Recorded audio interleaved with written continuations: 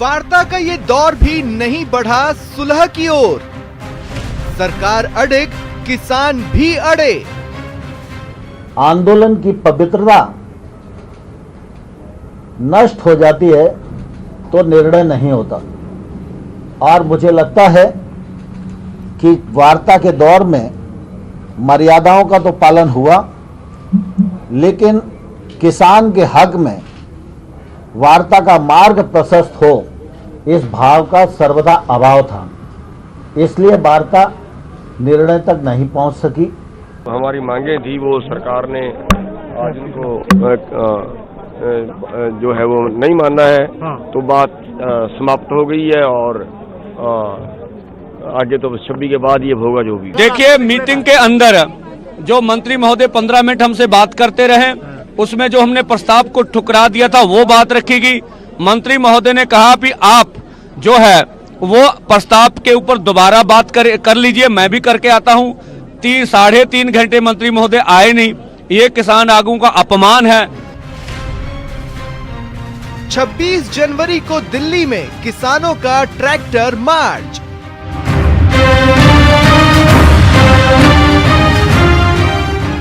प्रदेश कांग्रेस ने किया मार्च का समर्थन।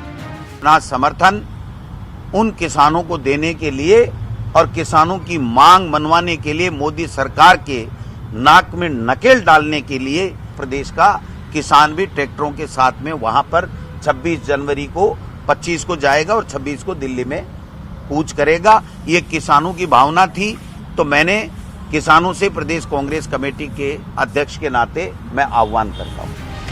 आंदोलन पर किसान कैसे होगा समाधान, कैसे बनेगी बात। नमस्कार, बहुत स्वागत है आपका। प्राइम डिबेट देख रहे हैं आप, आपके साथ में जेपी शर्मा। किसान आंदोलन मामले में आज की बातचीत के भी बेनतीजा रहने के बाद अब इस बात की कितनी गुंजाइश बची है कि बातचीत से मामला सुलझा लिया जाए, ये सवाल अब और गहरा हो गया है। मामले में एक तरफ किसानों की एक सूत्री मांग है कि बिल कानून वापस लिए जाएं, दूसरी तरफ सरकार का 1 साल, 1.5 साल और आज बताया जा रहा है कि 2 साल तक कानूनों को रोकने का प्रस्ताव, सुप्रीम कोर्ट के द्वारा बनाई गई कमेटी से मामला सुलझाने का तरीका और फिलहाल कानूनों पर अदालत की रोक, ये सब है। लेकिन 6-7 सप्ताह की कवायद से गुजरकर भी मामला किसी नतीजे तक नहीं पहुंचा है। केंद्रीय कृषि मंत्री ने आज ये करीब साफ कर दिया कि बातचीत जो होनी थी वो तो हो गई, अब निर्णय का समय है और निर्णय किसानों को लेना है। तो अब सरकार कहाँ खड़ी है, किसान कहाँ खड़े हैं और कहाँ ये आंदोलन खड़ा है, ये समझने की जरूरत है। आज प्राइम डिबेट में इस पर बहस होगी इन सवालों के जरिए कि क्या निर्णायक मोड़ पर पहुंच गया है किसान आंदोलन,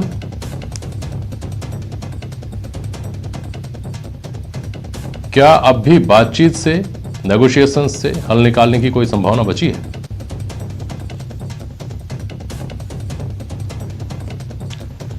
और ट्रैक्टर मार्च की जुगत, ट्रैक्टर मार्च की जिद बात को बनाएगी या बिगाड़ेगी।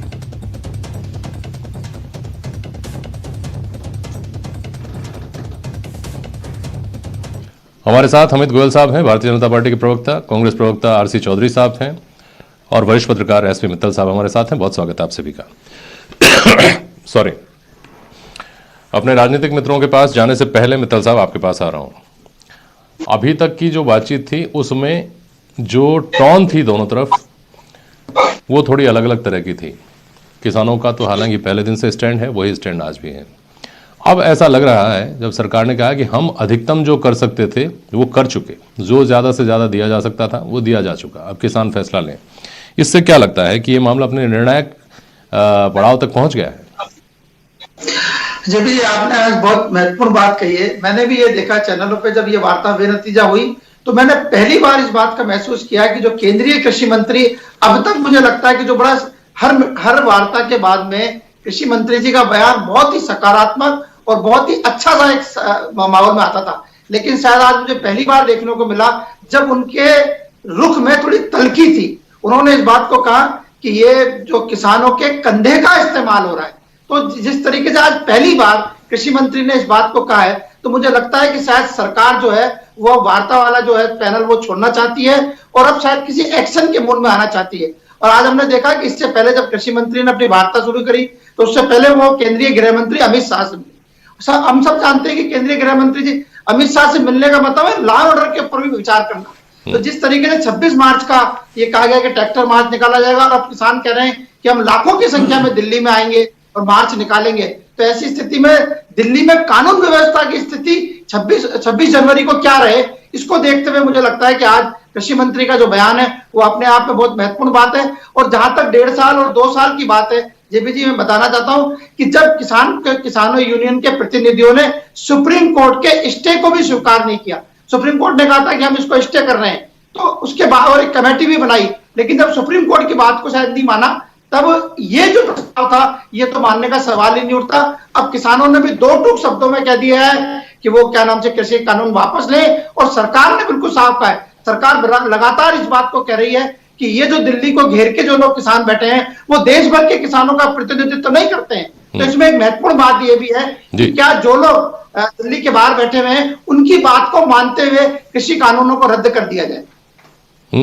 ठीक है अमित गोयल साहब, आज मैं बहुत ज़्यादा ये कानूनों की मेरिट के ऊपर और किसानों के लिए कांग्रेस बहुत वेलफेयर वाली पार्टी रही है या भाजपा रही है, ये आप दोनों मित्रों को निवेदन कर रहा हूँ, इस पर बहस में ना जाकर अब जो स्थिति सामने आ गई है हम उसके ऊपर बात करें तो बेहतर होगा। अमित गोयल साहब, अब ये स्पष्ट तौर पर कहा जा चुका है सरकार के द्वारा आधिकारिक तौर पर कि अधिकतम जो दिया जा सकता था वो दिया जा चुका। किसानों ने ये संकेत दिए हैं और हम सब जानते हैं कि पिछले 8-10 दौर की बातचीत से क्या चीज़ें अभी तक निकल करके आई हैं कि किसान कृषि कानूनों की वापसी से कम कुछ नहीं चाहते और अधिकतम जो दिया जा सकता था वो दिया जा चुका है। आपको लगता नहीं कि ये मामला अब उलझ गया है, या इसको मैं यूँ पूछूं कि इसको किस तरह से सुलझाया जाएगा, क्या रास्ता बचता है? देखिए जेपी जी, सबसे महत्वपूर्ण बात यह है कि लोकतंत्र में संसद और सर्वोच्च न्यायालय, संसद मतलब सरकार की तरफ से लगातार किसान भाइयों से संवाद किया गया। बार बार आपके चैनल ने भी दिखाया, हमने भी देखा, केंद्रीय कृषि मंत्री जी ने पूरी कोशिश की कि किसान संगठनों को संतुष्ट किया जा सके, जबकि किसान संगठन पूरे देश के किसानों का प्रतिनिधित्व नहीं करते, ये सबको पता है। और 2 राज्यों से महत्वपूर्ण तरीके से लोग इसमें किसान आंदोलन में शामिल हैं, बाकी देश के अन्य राज्यों से ऐसा कोई समर्थन इस किसान आंदोलन को नहीं है। उसके बावजूद सरकार ने ये मानते हुए कि लोकतंत्र में सबको अपनी बात रखने का अधिकार है और सरकार को भी पूरा अधिकार है कि भाई अगर आपको इस कानून में कोई कमी लगती है तो आप बताइए, हम उन्हें संशोधन करने को तैयार है। शुरुआत में जो कमियां उन्होंने बताई साहब एमएसपी को लेकर, आप इसमें तो सरकार ने कहा एमएसपी नहीं हटेगी, कोई घबराने की जरूरत नहीं है, एमएसपी की सरकार लिखित गारंटी देने को तैयार हुई। उन्होंने कहा कि साहब हमारी जमीन चली जाएगी, सरकार ने कहा जमीन का कॉन्ट्रैक्ट ही नहीं होगा। उन्होंने कहा कि साहब हमारा जो पैसा अगर नहीं आएगा तो फिर हम एसडीएम तक ही जाएंगे, हमें आगे न्यायालय तक जाने की छूट मुझे सरकार उसके लिए भी तैयार हो गई। सरकार की तरफ से हर वो बात किसान भाइयों की मांग, उन्होंने बात की साहब मंडियां बंद हो जाएंगी, सरकार ने कहा मंडियां भी बंद नहीं होंगी। कुल मिला के मुझे एक बात जेपी साहब, बहुत थोड़ी सी बात है, एक सामान्य बात है, मैं तो उसकी बात कर रहा हूँ। मैं एक व्यक्ति हूँ, मैं गाँव में रहता हूँ, मेरे गाँव में कोई व्यक्ति एक दुकान है, वो एक इकलौता दुकानदार है। अब मैं अगर कोई सामान खरीदूंगा तो अगर 2 दुकानदार होंगे तो सस्ता मिलेगा कि एक दुकानदार होगा तो सस्ता मिलेगा। इसी तरह की बातचीत ये है कि अगर मेरे माल का खरीदने वाला अगर एक व्यक्ति होगा या 4 व्यक्ति होंगे तो मेरा माल कौन सा कब अच्छी रेट में बिकेगा। सरकार जो चाह रही है, सरकार ये चाह रही है कि किसानों को अपनी फसल का अच्छा मुआवजा मिले, अच्छी रेट मिले, तो जब उनके पास ग्राहक ज्यादा होंगे खरीदने वाले तो निश्चित रूप से उनको फायदा होगा।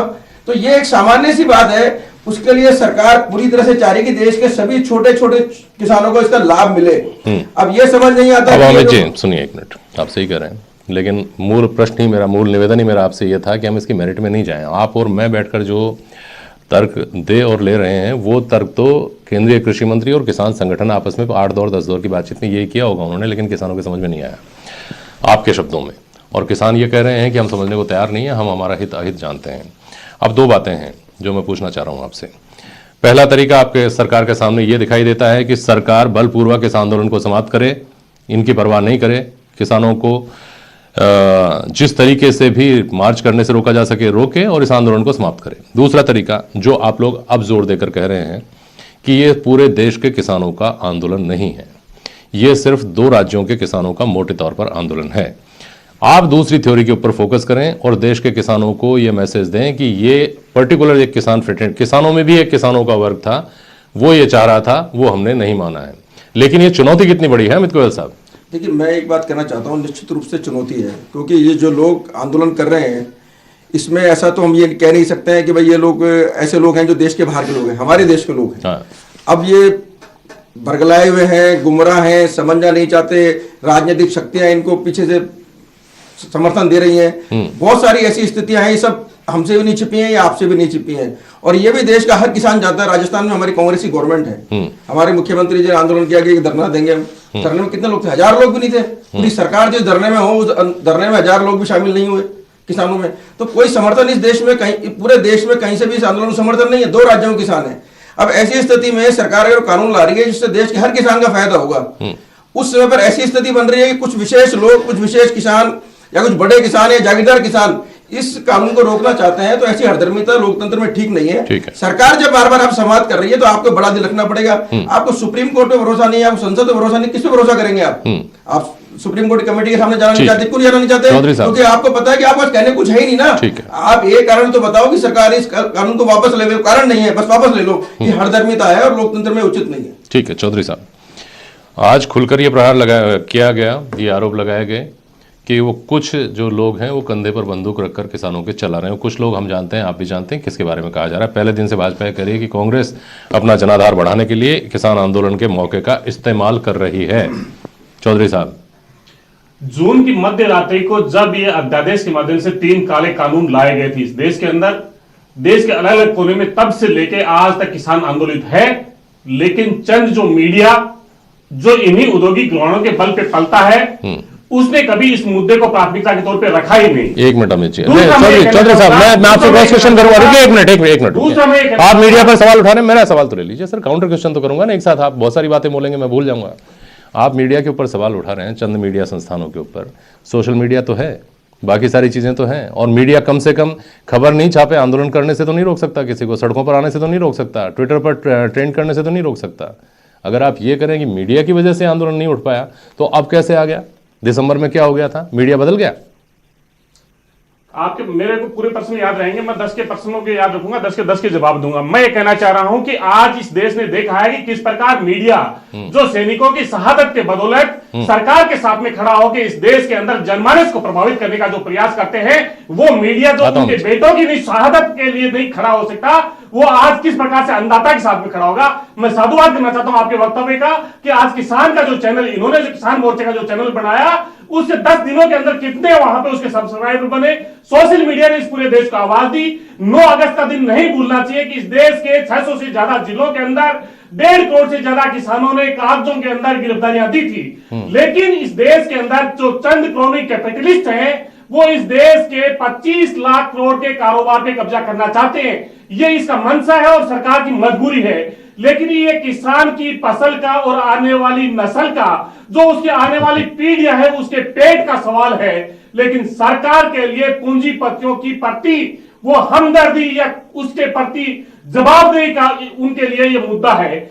हमारे मित्तल साहब कह रहे थे कि आज किस प्रकार से जो किसान कृषि मंत्री हैं, उनकी जो बात लगी कि इस प्रकार से अच्छी उन्होंने लगी, सुप्रीम कोर्ट की भी बात को नहीं मान रहे हैं। ये मित्तल साहब, ये कानून के पेचीदगियों का रिश्ता नहीं है। ये राजनीतिक साजिश के तहत जो 62 करोड़ अन्नदाताओं का और 125 करोड़ इस भारतीय जो खाद्य सुरक्षा के अंदर आते हैं, गरीब हैं, मध्यम है, मुचले हैं, देश में उन लोगों को चंद पूंजीपतियों के हवाले करने की ये साजिश है। ऐसी राजनीतिक जो साजिश होती है, वो सुप्रीम कोर्ट की अदालतों में दिए गए तर्कों के आधार पर नहीं चलती। और सुप्रीम कोर्ट ने किसान को यह बातें नहीं किया कि आप आंदोलन को खत्म कीजिए। उन्होंने ये बात कही, ये कमेटी है, जाए या नहीं जाए। उन्होंने जो चीफ जस्टिस ने कहा कि ये जो पहले उनके जो प्रो फार्म बिल के थे, वो हो सकता है उनका विचार बदल गया हो सकता है कल किसान का क्या विचार हो, लेकिन इस देश का अन्नदाता अपने आने वाली पीढ़ी के लिए इस आंदोलन को कर रहा है। एक सवाल का जवाब देना चाह रहा हूं, एक सवाल का जवाब बताइए, क्या ये 2 राज्यों का ठीक है, आप सुनिए तो चौधरी साहब, आप सुन लीजिए। ये किसानों का ही आंदोलन है और किसानों का ही आंदोलन माना जाता। लेकिन आप जब बीच में कह देते हैं ना कि 26 मार्च को ट्रैक्टर रैली, 26 जनवरी को ट्रैक्टर रैली होनी चाहिए और किसानों के समर्थन में हमको वहां जाना चाहिए, आप सबसे अपील है, तो फिर क्यों नहीं इनको ये कहने का मौका मिलेगा अमित गोयल की पार्टी को कि कांग्रेस का इसमें इन्वॉल्वमेंट है? सीधा निश्चित रूप से आप संक्षेप में बोलिएगा।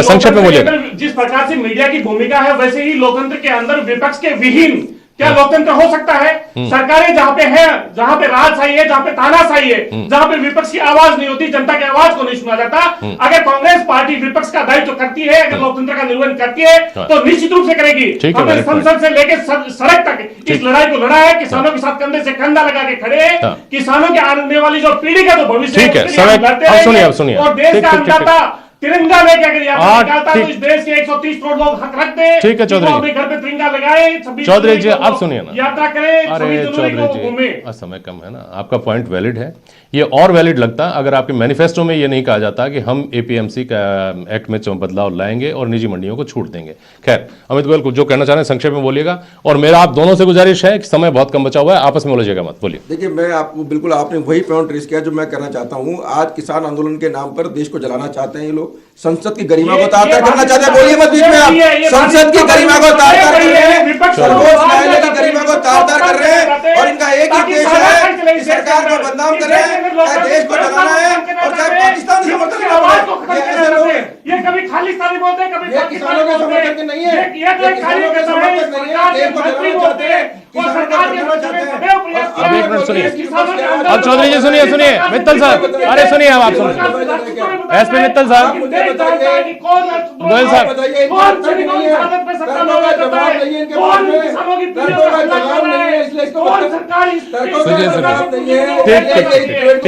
ठीक है, अरे महाराज ठीक है, चौधरी साहब पानी पी लीजिए ना, प्रचार सुनिए, अमित गोयल साहब, मित्तल साहब सुनिए, ठीक,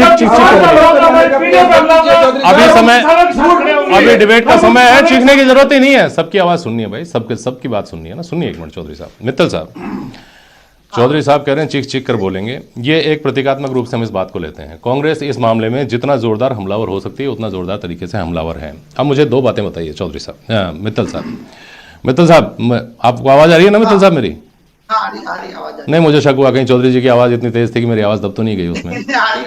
हाँ, तो मैं ये कह रहा हूँ मित्तल साहब कि कुछ प्रश्न इस आंदोलन के समाप्त हो जाने पर भी अनुत्तरित ही रह जाएंगे। क्या ऐसा नहीं लगता आपको? भाजपा के सामने ये प्रश्न कि आपने क्यों जून में लॉकडाउन के दौरान अध्यादेश लाकर ये कानून लाए, अगर ये भले के ही बिल थे तो आप क्यों इसको बिना राज्यसभा में मत विभाजन के इसको ध्वनिमत से पारित करा करके आपने इसको किसानों के ऊपर थोप दिया, जैसा किसान कहते हैं।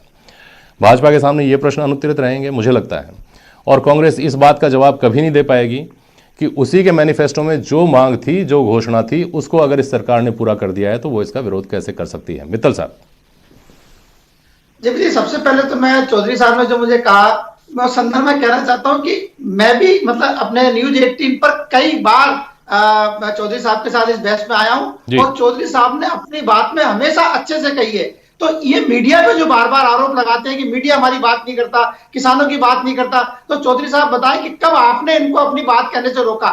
आज भी जिस दृढ़ता से अपनी बात कही है, चौधरी जी आप जितनी देर बोले उतनी देर बोले क्या चौधरी जी? चौधरी जी आपकी पूरी बात, अब सुनिए एक मिनट, चौधरी जी आपकी पूरी बात अमित जी ने सुनी है, आपकी पूरी बात मित्तल साहब ने सुनी है, अब वो जब बोल रहे हैं तो सुनिए ना यार एक मिनट। हाँ बोलिए मित्तल साहब, बोलिए। मैं जेपी जी यही कह रहा हूं कि ऐसा नहीं है, मीडिया ने पूरा पक्ष दिखाया है किसानों का, और हम देख रहे हैं कि जितने भी चैनल हैं उन सब राष्ट्रीय चैनलों के रिपोर्टर, कई रिपोर्टर किसान आंदोलन में खड़े हुए और रात और दिन वहां से लाइव कवरेज कर रहे हैं। तो इसलिए ये बात कहना कि मीडिया कवरेज नहीं कर रहा है, ये मुझे लगता है कि चौधरी साहब की बात सही नहीं। दूसरा रहा सवाल ये कानून को लेकर, तो चौधरी साहब ये बताएं कि 60-70 साल तक कांग्रेस का देश में राज रहा, क्या कभी एमएसपी पे गारंटी दी कांग्रेस ने? कभी नहीं दी। एमएसपी में गारंटी की बात नहीं है, लेकिन उसके बावजूद भी सरकार ने अब ये कहा है कि हम एमएसपी पे गारंटी देने को तैयार हैं। तो मैं सोचता हूँ कि चौधरी साहब को और उनकी पार्टी को अपने राजनीतिक उसमें थोड़ा बहुत झांकना चाहिए। ठीक है चौधरी जी, सुनिए चौधरी जी 20 सेकंड में बात बोलिएगा। किसानों को खेतीबाड़ी का हक देने का अगर कोई काम किया तो इस देश की कांग्रेस पार्टी ने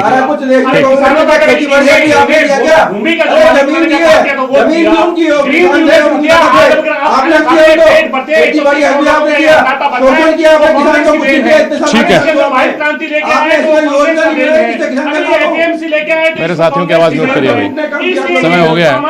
और अभी देखने वाले सबसे महत्वपूर्ण बात यह है कि कल किसानों को जो फैसला सुनाना है वो क्या फैसला सुनाया जाता है, और इस साल 26 जनवरी पर जो खूबसूरत तस्वीरें हमारे देश से पूरी दुनिया में पहुंचती हैं, उन तस्वीरों में क्या कुछ और तस्वीरें भी जुड़ती हैं, ये देखना अभी बाकी हैं। बहुत शुक्रिया आप सभी का आज प्राइम डिबेट में शामिल होने के लिए। आज के लिए बस इतना ही। नमस्कार।